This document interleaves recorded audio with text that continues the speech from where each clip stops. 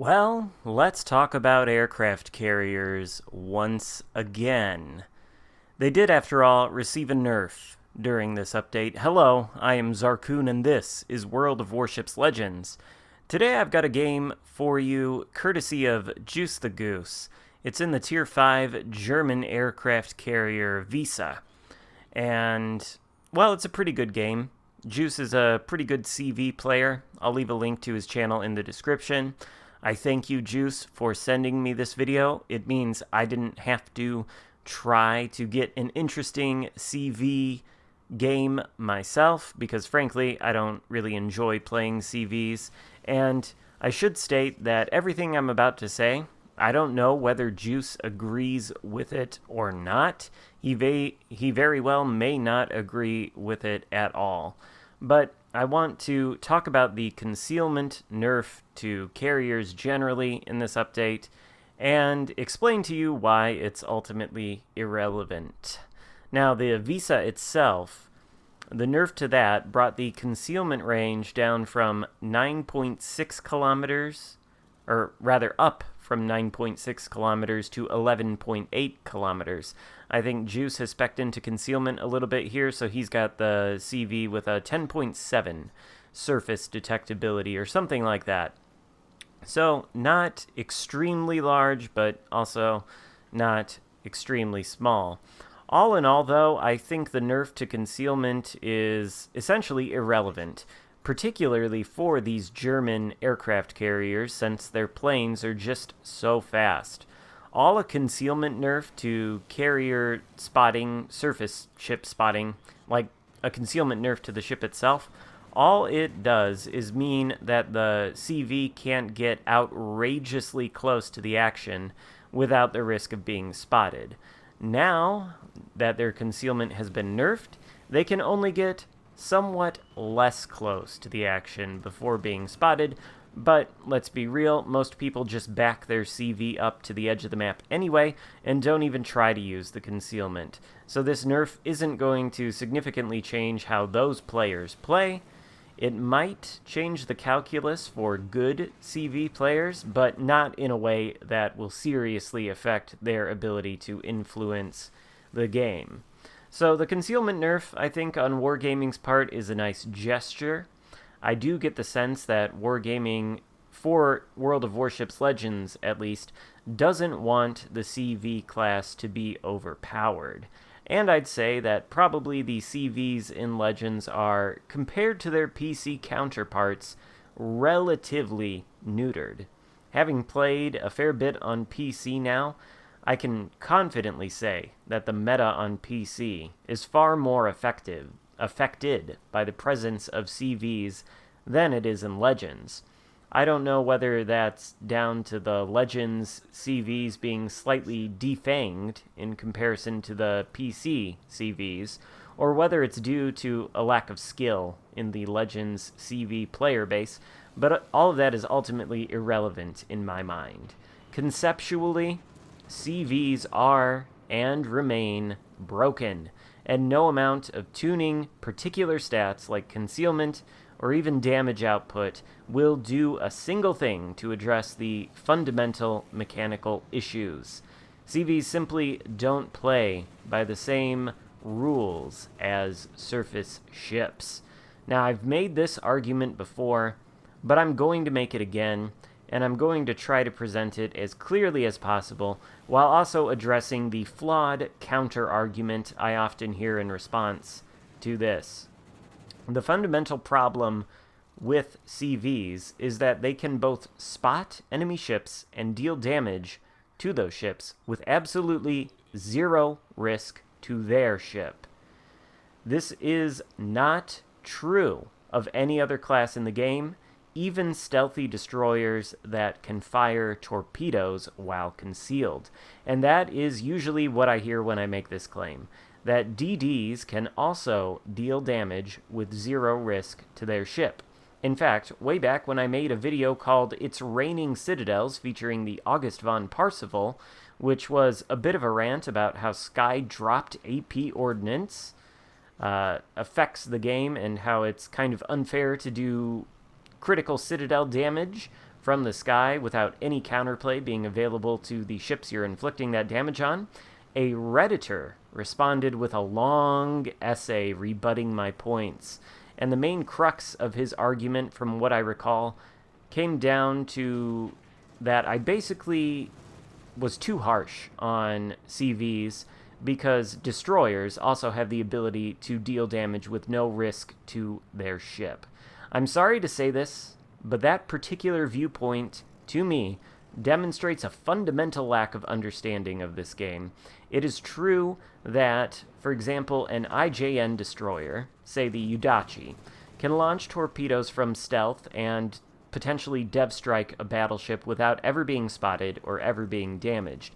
It's true that the Udachi may, in fact, never be spotted at all in the course of a game and may never lose a single hit point, and therefore it's possible that, he puts himself in such a situation where he really minimizes the risk of damage to his ship. But here's the difference. The Udachi has, 10 km torpedo range, let's say, and a 4.7 kilometer detectability range by sea at best, right? So if you're playing the Udachi and you're going to launch torps, several criteria need to be met. First, your Udachi must have his chosen target in range of his torpedo armament. That is, he must be within 10 kilometers of his, say, selected battleship target. Second, the Udachi is going to launch his torpedoes in a straight line, and their trajectory is going to be unalterable as soon as they leave the tubes. This means that the target has the potential for counterplay. If the target is a battleship that knows enough about the game, he can probably suspect that Udachi torpedoes are incoming, and perhaps simply by virtue of being spotted and not seeing enemy ships within his line of sight, he can know that there's a destroyer in his midst, and he can make course corrections and avoid the torpedoes. Meanwhile, the Udachi's ship is necessarily somewhat close to him because it has to be in range of its torpedo armament, and the Udachi is spotting his target with his actual ship because his actual ship is inside the surface detection radius of his target. So in principle, this means the Udachi is at risk in this situation. The battleship could potentially close the distance to him, depending on how close he is to the Udachi while the torpedoes are on reload. And depending on how close he is, or potentially how close one of his teammates is, then those teammates could spot the Udachi by pushing into it or using radar, sonar, whatever. And the Udachi's proximity to the enemy ships, because he has to be within his torpedo range to do damage, means that if he is spotted, it is almost certain that he is in a position to take damage once he is revealed. So yes, Udachi's stealthy destroyers can launch torpedoes from stealth, and launching torpedoes from stealth does mean that their risk is reduced in terms of having damage returned to them, but it is not zero, simply because of the ship proximity to the enemy, and the fact that destroyers, stealthy ones, have to be within an enemy's surface detection radius to spot them. CVs do not behave like this and are in no way comparable to stealthy destroyers. They do not use their actual ship to spot. They use their armament, that is, their planes. There is no limit to the range of their armament either. The only limiting factor is the time it takes from the planes to fly from the deck of the CV to the target, at which point they can drop their ordnance at point-blank range and almost as good as guarantee hits. This is not comparable with how stealthy destroyers like the Udachi operate. In order to make a valid comparison between, say, an aircraft carrier and a Udachi, you'd have to imagine that the Udachi could somehow demount its torpedo launchers from its ship, sit at the back of the map where no enemies are within like 15 kilometers of it, manually steer the torpedo launchers across the map, use the torpedo launchers to spot enemies, and then drive them within 2 kilometers of an enemy ship before launching the torpedoes at point-blank range to basically guarantee hits. And the only thing the target could do in return is attempt to dodge these disembodied torpedo tubes, or rely on his secondaries to blow them up. That is what aircraft carriers do from the standpoint of a fundamental gameplay mechanical standpoint. It is fundamentally broken and not possible to balance, in my view. So, ultimately, any and all CV nerfs, all they do is sort of dampen the blows. It essentially tapes, pillows to the steel fists of CVs in order to cushion their impact on their targets, but it doesn't change the fact that throwing those punches presents zero potential risk to the CV's ability to stay in a game because he's not at risk of losing any hit points. Ultimately, I think that is a totally unfair dynamic, and one that also, in my opinion, is incredibly boring to play long term. It offers none of the dynamic positioning of surface ships, and the positioning of surface ships in the context of a risk-reward calculation is quite literally the foundation of this game, and the thing that makes it so fun and so playable for everybody. It's the reason we all fell in love with this game to begin with. CVs totally demolish those rules and play by their own. So ultimately, this concealment nerf that the CVs received is completely irrelevant. It doesn't fix any of the problems, and while I appreciate it as a nice gesture on Wargaming's part, it still is irrelevant.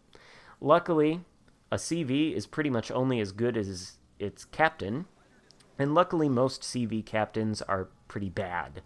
So the amount of influence they exert over battles in World of Warships Legends is, in my view, mostly tolerable at this time, particularly at Tier 7, where CVs are often entirely absent, or else just played exceptionally poorly. Now, there are some pretty good CV captains, like Juice the Goose. You can see he's been moving his aircraft carrier around. In fact, he is very, very, very close to this battleship, and he's put himself at risk of actually losing hit points. But of course, there's nothing this Colorado can do except hope that Juice can't line up his bomb drops well. If he can line them up well, then you can see he can Citadel that Colorado, and there's nothing the Colorado can do. He can't flood one side of his ship and list to port or starboard in order to angle his deck against the sky. He just has to sit there and take critical Citadel hit damage and hope that his anti-aircraft gunners can shoot down enough planes to prevent Juice from doing too much damage. The Colorado is also slow, so it's very difficult for him to catch up to Juice and actually take him down. He is gaining, though, so Juice is going to put some torpedo bombers up in the air and potentially finish the job. He's got some support from one of his friendly ships there, I think his division mate, and actually his division mate draws fire from the Colorado, so that's good for Juice, although maybe the Colorado secondaries there are doing damage, I don't know. In any case, Juice is coming down with some torpedoes. Once again, the only hope that the Colorado has of counterplay is trying to dodge these torpedoes, but so long as Juice lines them up well, they're essentially undodgeable. There is no counterplay to CVs. There's just not. And this Colorado, well, he's being punished harshly by Juice and his division mate. He ultimately takes down Juice, but Juice still has planes left up in the air. And this was another nerf to the CVs, by the way, where previously, I think after the CV itself went down, its planes could remain in the battle for the rest of the battle, essentially. But now they only have 150 seconds of airtime after the CV goes down. And frankly, I don't think this nerf in particular was good enough, because there is no other ship in the game that has direct control of its armament after it goes down. Like if a destroyer launches torpedoes and dies, and then those torpedoes hit another enemy ship, well, at least that enemy ship could have potentially known to get out of the way and dodge them. But with a CV, Juice here is in direct control of these planes. he chooses when to drop their ordnance on a particular target. And yeah, I mean, basically, this 150 seconds that he's got here to influence the outcome of the battle should be 0 seconds. The CV shouldn't be able to use its planes after it goes down. It shouldn't have that advantage over surface ships at all. And again, this nerf is basically irrelevant. I don't know whether Juice can actually win this game here. This enemy Zuiho is on fairly healthy status, and there's 15 seconds left to go. I don't think the friendly California is going to be able to shoot at the Zuiho and take him out in time. So it does look like this game is going to end in defeat. The friendly team only has 500-something points compared to the enemy's 700-something points, and indeed the game does end in defeat. But these are my thoughts on aircraft carriers, and this was a pretty good game in a CV by Juice the Goose. Check out his channel if you want to, link in the description. Let me know what you think about my thoughts on CVs in the comments. Feel free to use the argument about DDs being comparable to CVs, but I've already explained it to you. They're not, so I'm not going to explain it again. Give the video a thumbs up if you enjoyed it. Consider subscribing if you haven't already, and I will see you next time. Goodbye.